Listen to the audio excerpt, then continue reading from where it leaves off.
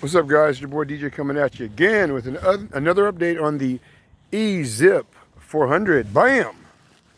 All right. Right. Um, I'm kind of messing around a little bit with the trying out a different motor in this scooter that I normally use on my stand-up scooters. I think it's a 1016 MY 1016 motor. They say it's 350 watts, but they use it for 250 watt motors. They use it for 24 volt scooters, 36 volt scooters, or whatever. So I said, well, let me try it at a 48 volt configuration. So I took out the stock motor, and this motor is a direct fit. Why did I put this motor in there? Because it's a slight bit larger, about a half an inch larger. So that will help dissipate heat better. So I said, well, let me try it out since it's a direct fit. Performance doesn't seem any better as far as speed. I haven't really tried out the torque thing yet because it's kind of geared high, and so I know that will overheat the motor. Okay, so I'm gonna have to lower the gearing a bit. I'm gonna have to get a 72 sprocket on there. That'll slow my speeds down to around 15, around 18 miles an hour probably. Because right now, even with the new motor, it's actually slower. This MY 1016 mower is actually slower than the stock motor. The stock motor, I got it up to 25 miles an hour. I put this motor in there, it got up to 22 miles an hour on a nice flat road, 22 miles an hour. So that's still impressive though. Now the stock motor has what they call rare earth magnets, right? You may hear that terminology when you hear about DC motors. So I was like, what does that really mean when you hear the term rare earth magnets in the motor? So I decided to look it up, and it says something about they have a stronger magnetic field, which leads to better performance in a smaller package. Ooh, interesting. So the stock motor, as I said, the stock motor is smaller than this motor, but yet it's faster than this motor. Okay? The stock motor got me up to 25 miles an hour. And a couple days ago, sometime last week, I was riding it for the first time, coming back from my buddy's house, and it seemed like I was hitting 30. But I didn't have my phone on it to record it, so I can't claim it. So I won't ever claim that it did 30, but it sure felt like it. But anyway, so that's what, when you hear that term rare earth magnets, that's what they call it a high quality magnet in a DC motor, and they help produce a better, I think it's magnetic field or whatever, which in turn, and they're lighter too, I guess, than traditional magnets, and it helps a motor have better performance. And I'm seeing that. Now, the interesting thing is I'm actually seeing that. I haven't changed the gear ratio or anything. I just swapped motors. Both of them run off 48 volts. But yet, even with lithium ion, the stock motor was faster than this motor that I have in there now. And it was off of lead acid. What does that tell you about the stock motor on this thing? Well, my question is, what we'll be researching on this scooter is, it's going to be quite simple research, guys, really, is that how will this motor perform at commuter, using it as a commuter vehicle, you know? It's a DC motor. See, right now it's cool, you know, temperature's probably 60-something degrees, even 50-something degrees, so it's not going to affect the motor. You're not going to know how hot that motor is really getting. So that's going to be one of the most interesting things is how will this motor perform when it's 90 degrees outside, you know? So that's why I'm anxious to get some gear reduction on this motor done. Like I said, getting a bigger sprocket so that it can dissipate. The motor won't get as hot. Will not get as hot when you gear it down. So right now it is geared high for something with these small wheels. This thing's doing 20-something miles an hour. Now, I'm riding, as you can see, I got the deck on. I don't have everything signed, sealed, and delivered, so to speak. I still have the I have everything for it, the fender cover and everything else. I'm just doing some testing on it. And the seat is uncomfortable. I got to get another seat. I had a big butt seat on there, a big booty seat, but it didn't sit on that post properly. And you'd sit on it and it would flip back and forward, and that wasn't good. So I'm going to go get another seat at Walmart and try they had another one there that was quite nice, a big booty seat. So I'm going to go get that one when I get a chance and try that one out and see what happens. Okay? So this right here says a lot, guys. I'm going to share this information with those of you on the web, those of you who care to know. I think this is information that we all would like to know and need to know, especially if you like riding scooters like I do, and realize that they can be a very important part of our lives and save us a lot of money commuting back and forth.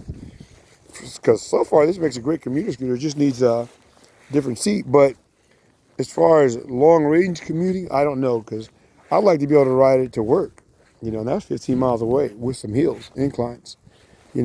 So I got a lot of testing to do on it. I'm talking about, I'm going to be using a temp gun to see what my motor temps are. I'm not going to, even when I ride it to work, I'm only going to be doing speeds 10 to 15 miles an hour.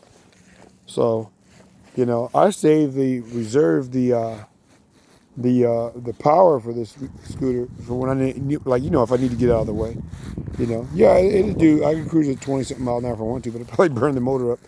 So I'm gonna keep my speeds down between 10 15 miles an hour for this scooter. It's gonna be a commuter scooter, and we'll see how this motor holds up and see how it does. I'll probably put the stock motor back in there, and I'd like to see how it performs with the stock motor. But at the same time, I kind of like having this bigger motor in there, so I don't have to worry as much about the temperature of the motor getting too hot. So we'll see what happens. But this can be a real big game. You guys got to remember, these scooters were never really tested. Okay, these scooters, and they couldn't have been tested when they came out properly. What I mean by that is because they only get 8 miles range. You cannot fully, test this as a commuter scooter with only getting 8 miles of range, to talk about how the motor will hold up or whatever else. You need to be able to constantly get at least 20 miles, 15 to 20 miles back and forth over a period of time to see how this scooter will do. So that's what I plan on doing. I'm going to put it to the test, and I will share my findings. Like I said, the main thing that I'm going to be watching are the motor temps, and my range. How much range do I get off a DC motor as opposed to a brushless motor? It's going to be quite interesting to find out, guys. So that's what we'll be doing with the Ezip 400. I think this is a 2012 model or 2009. I can't remember.